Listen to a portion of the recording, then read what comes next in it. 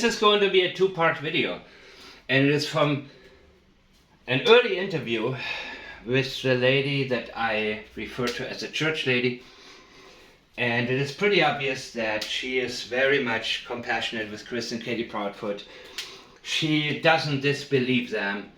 From what I have allegedly been told, Chris is very good at vetting people. Before he gives interviews, he makes sure that people who interview them are not going to be critical of them. And the moment that there is any type of critical nature, things turn around very, very quickly, where he actually gets hostile towards people. So this is from March 6, 2024, and Chris and Katie were asked, what about the people who harassed them? Because that's the way Chris put it. And that lady talked about, when she asked the question, she said, man, wait, okay, well, Chris, you and me have previously spoken about it, which is not a surprise. He probably played a victim. He probably made sure she is going to be supportive of him and Katie. So what would you say to the people who are, as she put it, harassing you? Katie said, just that you don't know, and I don't wish you'll ever know. Now, as I have said before, I personally have never seen a case where the persons of interest have given as many red flags without any arrest having been made yet. Yes, I believe her. Just, she wants to leave it at that. That you don't know.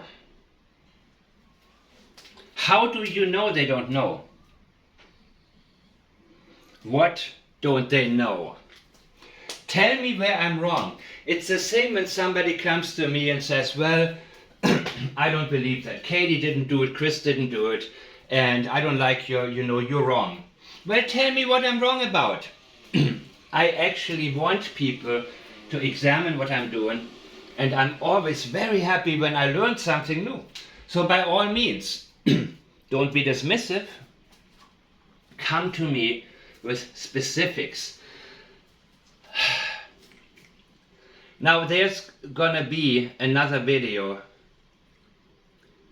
and I'm going to put up the parts that I will examine in the other video, because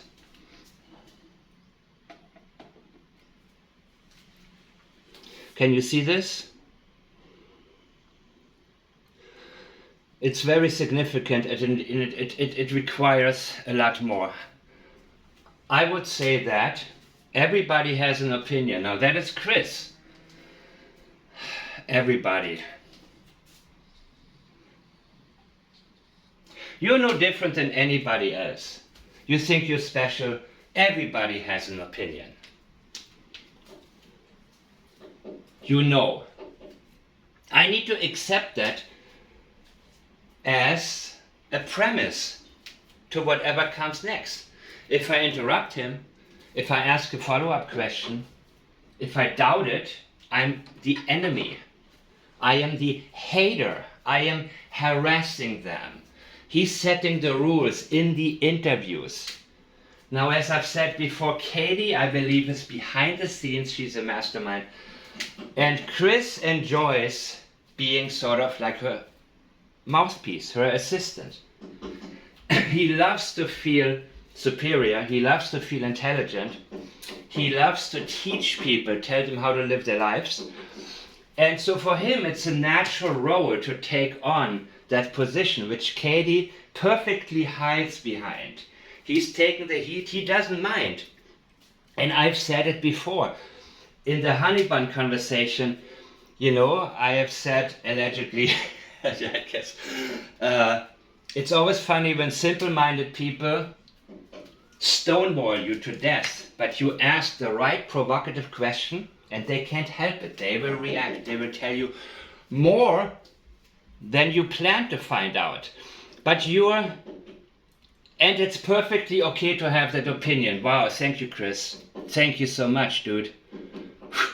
It's okay for me to be on that level and only have an opinion, meaning I'll be satisfied with it being an opinion. I'm not going to research anything. I will just say, well, that's my opinion. And that's the box that you want to put me in. Yeah, sure. But you're not in this situation. Absolutely. We're not in this situation.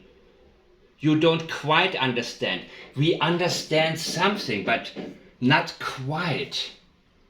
There's something that we don't understand, but otherwise, we're on the right track. I wish people would step back. Yes, he wants you to back off. Don't look at take a different, wide open view. Wide open, just space out into the nowhere where you have absolutely no focus, as long as it's different from what we have been looking at previously, which is him and Katie, and not assume what they know.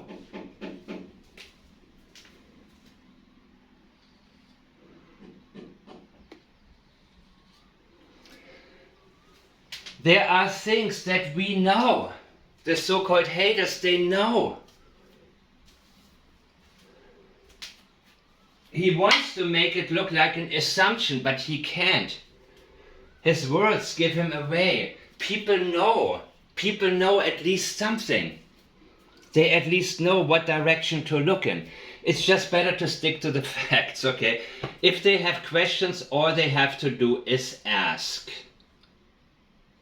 Will we get an answer? Interesting, right? As long as we step back. He said, step back. And then he says, just ask if you have a question. As long as you have a different view. Now, later on he goes, just be kind to people. I mean, that's real simple. Yeah, right. You've been kind to Sebastian. You're talking about beating him. And by the way, I forgot that quote. Was it Carl Jung? Or I think it was Sigmund Freud that people who have no money talk about money. Bankers and politicians talk about morality. What type of people normally say just be kind? I see it all the time by spammers. When they want to promote a video that's already been shared a million times, some short. Kindness, kindness, kindness, kindness. There's no feeling behind it.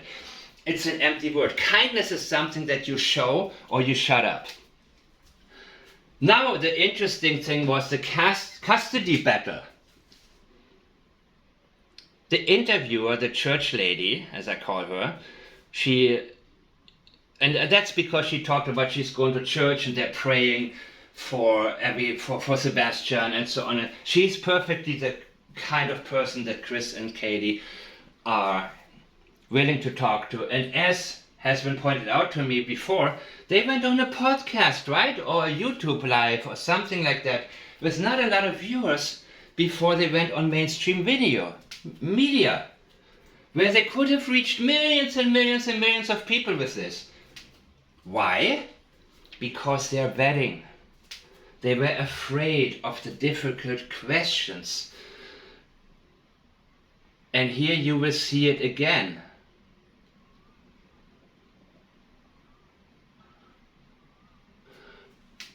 I hope you can read this well. All they'll have to do is ask. All they will have to do is ask. Right? Is that the message he is sending out? Why are you scared of certain questions? Why are you vetting? Why are you first talking to the interviewer about the haters, making sure that the way they ask and what they ask is going to be okay with you? Oh, by the way, the next video will be about the polygraph tests and how Chris talks about how easy it is to cheat on them. It gives away where his mind is at. When he thinks about a polygraph, John Walsh when his son Adam was missing, he volunteered immediately. He talked about it to get a polygraph done. He even said to parents, please immediately get a polygraph done because police will waste time looking at you when there's a missing child case. You need to do that in order to get all of the forces on the squad to look in the real direction. Look for the child and don't waste time with them looking at you. But he's talking about how easy it is to cheat on a polygraph test. His mind is on that. And it shows again, somebody who is simple-minded but thinks he can outsmart people. And again, that's what Katie loves. Katie needs that right now. So, he was asked about the custody battle with his daughter Faith, who was supposed to eventually move in with them. And that is a very sensitive area because Chris said he is not going to let his daughter be around Sebastian. And he hasn't clarified that. Now that is a very, very strong accusation. And not a direct one, but the way he said it. So tell me more. What is Sebastian, what makes you... That is, okay, I have to get more into this in another video, in a longer one. That is very, very significant. Meaning, Sebastian, he has this battle. It means it's very important for him to have his daughter. And he will not have her in the house as long as Sebastian is in there.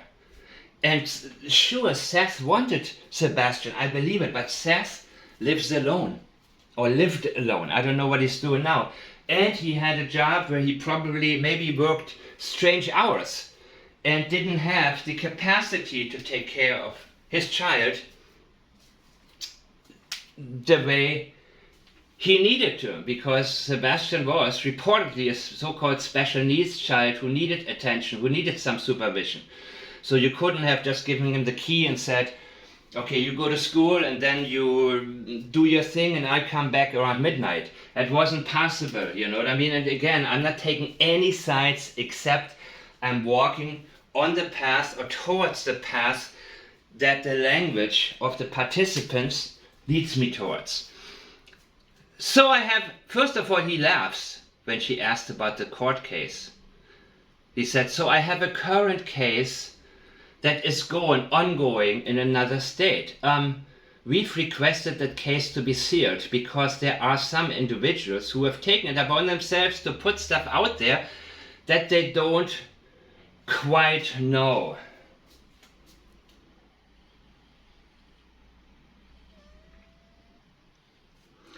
It's very difficult for him to say people don't know because he always says they quite know, don't quite know. It means they don't know the specifics. He knows more. When you say quite know, it means that you know more than those people. This is qualifying. A teacher would say, you're not quite right, but almost. When a teacher asks a question, somebody raises her hands and says, gives an answer, and it is on the right track, but it's not exactly what he wanted to know. It's not quite correct, but pretty good.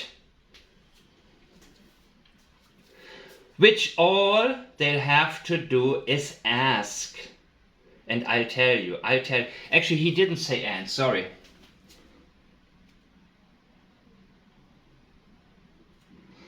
I just listened to it again. He said, all they have to do is ask, I'll tell you. But because of that,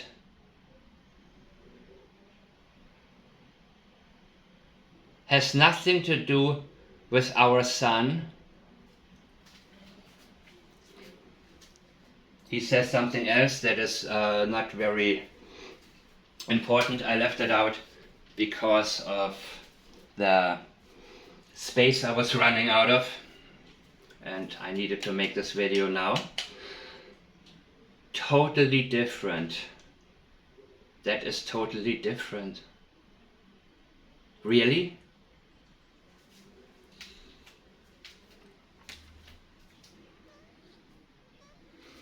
Is he trying to convince us? That has nothing to do with our son. That. It's a court case involving his first daughter and custody, and he's using distancing language. This has nothing to do with our son. That has nothing to do with our son.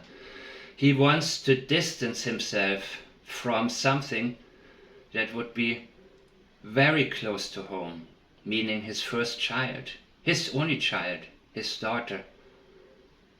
And he says that.